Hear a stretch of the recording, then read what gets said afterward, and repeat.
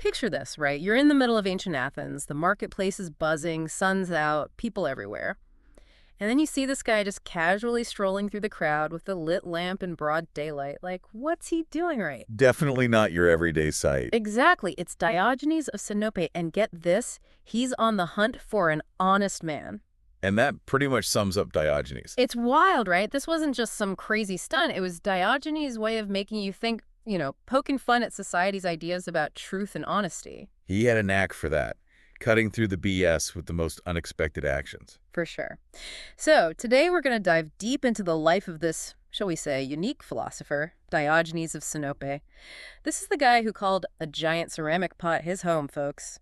A minimalist before minimalism was even a thing. Way ahead of his time, that's for sure. But don't let the whole living in a jar thing fool you. His ideas on life, happiness, what it means to be free, they still resonate today, thousands of years later.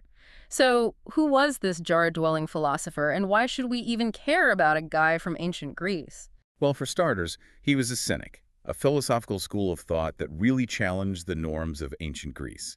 And trust me, they took a very different approach to life. Different is an understatement. Okay, so Diogenes, born around 412 BCE in Sinope, even his early life was, how do I put this? Let's just say it was anything but ordinary. He even got himself exiled from his hometown. Exiled over a counterfeiting scandal, no less. That's Diogenes for you. But that exile actually led him to Athens, the intellectual hub of the ancient world.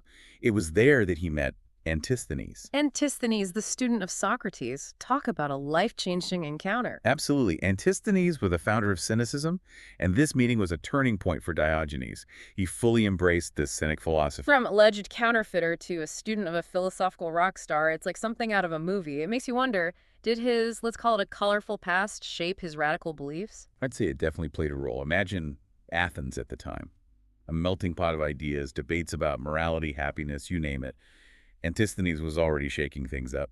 And then comes Diogenes, who takes those ideas and cranks them up to 11. And the living in a jar thing, that's got to be the most famous image of him. Was it a statement? Some kind of ancient performance art? What's the deal with the jar? Think of it as a giant middle finger to material possessions and societal norms. Okay, so he was rejecting the whole status quo, but how does living in a jar, or a barrel, as some describe it, how does that play into his philosophy? In ancient Greece, possessions meant status, power. Diogenes challenged that by choosing to live with the bare minimum.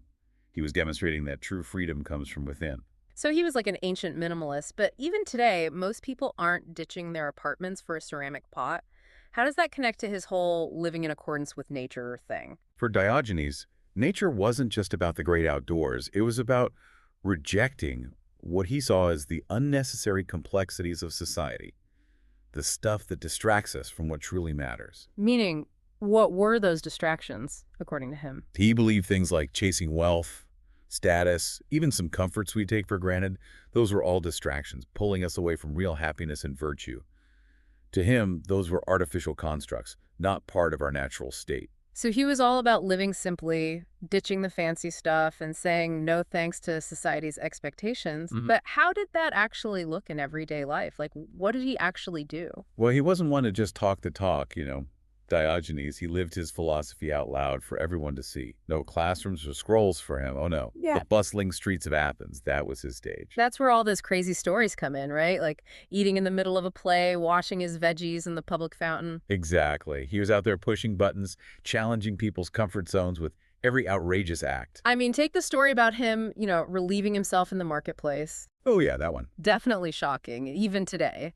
But it seems like he wasn't just trying to be provocative for the sake of it, right? There was a method to his madness. Absolutely. Every act, no matter how outrageous, it was a calculated move to expose the hypocrisy he saw in society's rules. So by doing these things that made everyone uncomfortable, he was actually forcing them to confront their own beliefs and the norms they followed blindly. Exactly. He was a master at making people question everything they thought they knew. Yeah. And that's what made him so dangerous to the powers that be. It's funny, though, because even today, his ideas still feel so relevant. We're more obsessed with status, appearances, curating the perfect online persona than ever before. Can you imagine Diogenes in the age of social media? Oh, I can only imagine the tweets. calling out influencers, questioning the whole notion of online validation versus real happiness. Right. Okay, but let's get back to his philosophy. One thing that always stood out to me was his idea of cosmopolitanism. Ah, yes, the citizen of the world. Declaring yourself a citizen of the world back in ancient Greece, where your entire identity was tied to your city-state, that was radical. It's incredible how he was talking about breaking down borders centuries before globalization was even a thing. He was way ahead of his time in so many ways, but that's the beauty of his philosophy. It transcends time and place. For sure. It's like he understood something fundamental about the human experience, something that goes beyond all the things we use to divide ourselves, like where we're from or what social groups we belong to.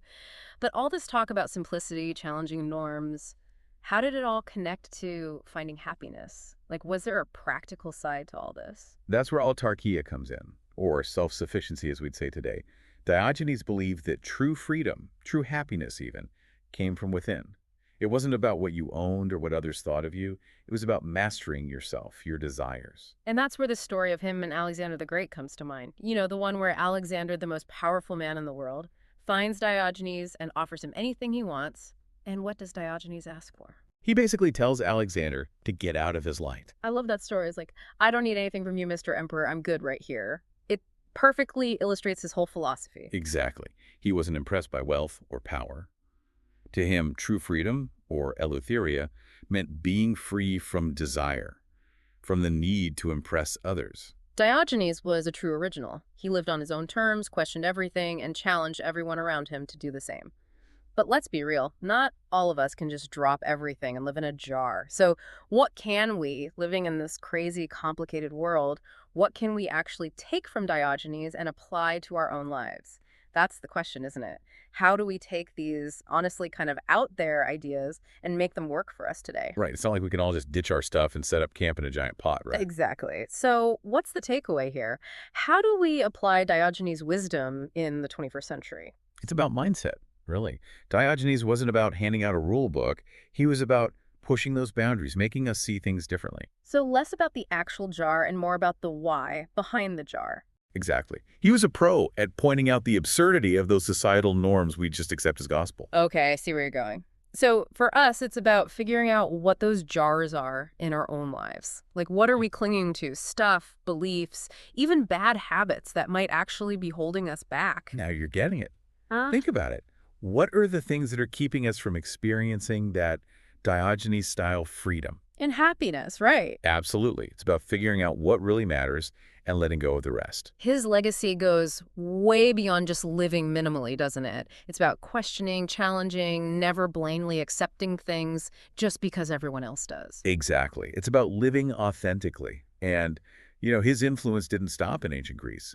Diogenes had a huge impact on Stoicism. Stoicism, that's a whole other deep dive. But it's amazing to think that this one guy living over 2,000 years ago could have such a lasting impact on philosophy. His ideas were just that powerful. It's like they tapped into something universal about the human experience. I mean, we don't even have any writings directly from him, just stories and anecdotes passed down through time. And people are still talking about him. Imagine that. No self-help books, no social media, just radical actions and even more radical ideas. It makes you wonder, what would he make of our world today? All the technology, the constant pressure to consume, the never-ending quest for online validation. Who knows? Maybe he'd see it as the ultimate test. Like, can we still find that Diogenes-style freedom in this hyper-connected, hyper-everything world? I can just picture him now walking through Times Square, lamp in hand, searching for someone who's actually present in the moment. Maybe that's the point, right?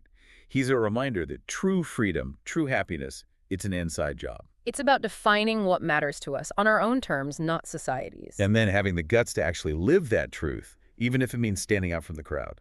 So as we wrap up our deep dive into the world of Diogenes, the man who lived in a jar and laughed at the world, maybe the real question is, what are we going to do with this? Are we brave enough to pick up our own metaphorical lamps and do a little soul searching? To question those norms, challenge those expectations, and really figure out what it means to live a life that's truly our own. It might be a little messy, a little unconventional, maybe even a little bit outrageous. Just like Diogenes.